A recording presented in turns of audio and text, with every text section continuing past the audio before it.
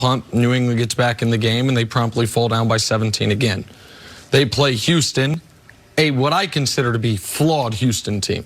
A Houston defense that has been leaking like a sieve since J.J. Watt went down, and even prior to that was substandard. But 31st in the red zone, 32nd third down defense.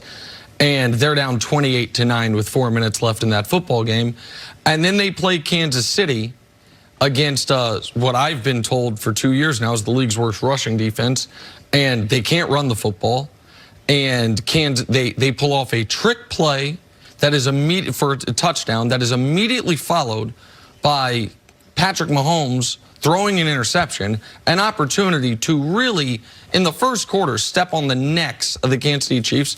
And the rest of the game, they score 9 more points and spend the next couple days whining about the refs. So if they can, we are not going to be able to go to recent history. We're going to have to go to distant history. And for a long time, the narrative of the Patriots were, if you're going to catch them in September. Because by November and December, they got it figured out. Well, Christmas trees are up now, and they're playing the worst football of the season. So I don't see the evidence that they should be confident about beating the teams they're going to have to beat if they're going to make their record-tying 4th Super Bowl. Well, this season is a little bit different. And all the teams that you talked about, they have problems too. And we're going to see how well they are able to deal with their problems, and they're going to have injuries that come up. And as much as you list those games as being completely lopsided, they had a chance in 2 out of those 3 games to pull it off. They do have the #1 defense in almost every single category. Yep. Their turnover differential is #1 in the NFL, and that's a huge indicator of success and failure. They've been very successful generating points and opportunities on special teams.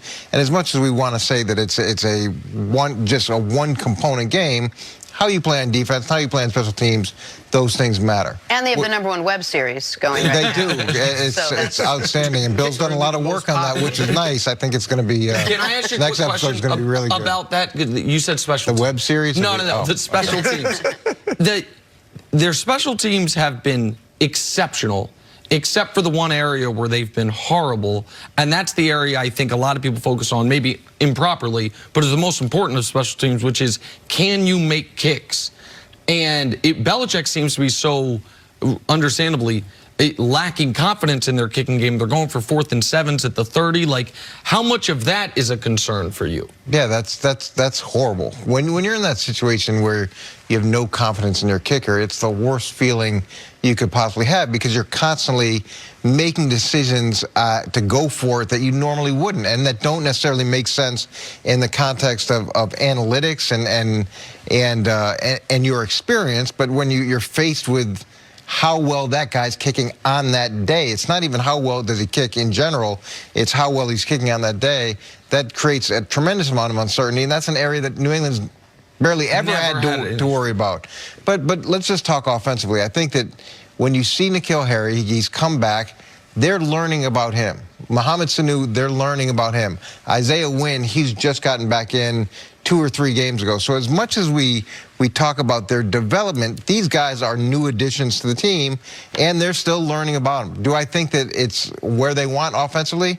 No. The problems they have in the offensive line are real, and I've said that for weeks and weeks now. But I do think they have the ability to figure out a way to overcome those deficiencies. Yeah, look, I didn't pick them in the preseason to win the AFC. I would not pick them today. But to say they can't compete with these other contenders in the AFC, I think that's ridiculous. I mean, they've shown us. We've been talking about track record negatively the whole show, but we also have to look at their positive track record. I mean, we could have pointed to the same things last year, and they did have late losses last year, Nick, to Miami, Pittsburgh. If they lost to Miami this year, we would be saying, oh, they're done. You know what I mean? There's no way they can win. And in 2 of the last 3 games, Tom Brady didn't look good. The game he looked good was the Jets. So that was a blowout of a bad team. So I just think their defense, as you said, Coach, is legitimate. They held one of the best offenses in the league to 2 touchdowns just last week, and over the last, 23 minutes or so, scoreless. You know, so again, I wouldn't pick them to win the AFC, but I wouldn't be shocked either if they beat these teams. teams, and I certainly give them a chance. Why wouldn't you pick them to win the NFC? Because of their offense or because of Tom Brady? The offense. I think at 42 years old now, Tom Brady can no longer carry mediocre talent at the skill positions. He's done that most of his career outside of Moss and Gronkowski. Now they're asking him to do it again, and I don't know that he's capable, but that's a big issue I have with them. The question is, how good would these players be in other systems, and how much can they develop week in and week out? And I think that Tom does still have a force multiplier effect on the players around him because he's getting the team into the right decision 90+% of the time. So it could be a lot worse than it is based off of where they've been.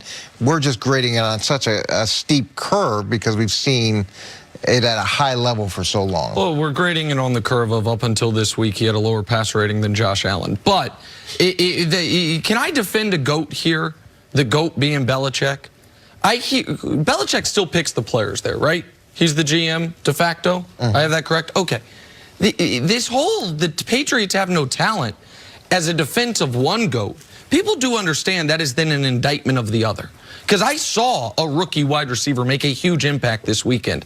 It was McCole Hardman. He was on the board when N'Keal Harry was picked. I saw the kid from Washington who had the unbelievable touchdown catch, who's been doing great all year. He was on the board. DK Metcalf was on the board. They chose. Have they been playing all year, those guys that you're talking about? Oh, okay, so fair enough. N'Keal Harry got hurt. How about the Muhammad? How many games has N'Keal Harry played? I think 4. How about Mohamed Sanu, who now evidently is useless? I mean, you can't ask him to make an impact. Emmanuel Sanders. No. Who said? I never said that. What I said is we talk about the learning curve of New England, where they learn about their players and they get to the spot where they're most productive.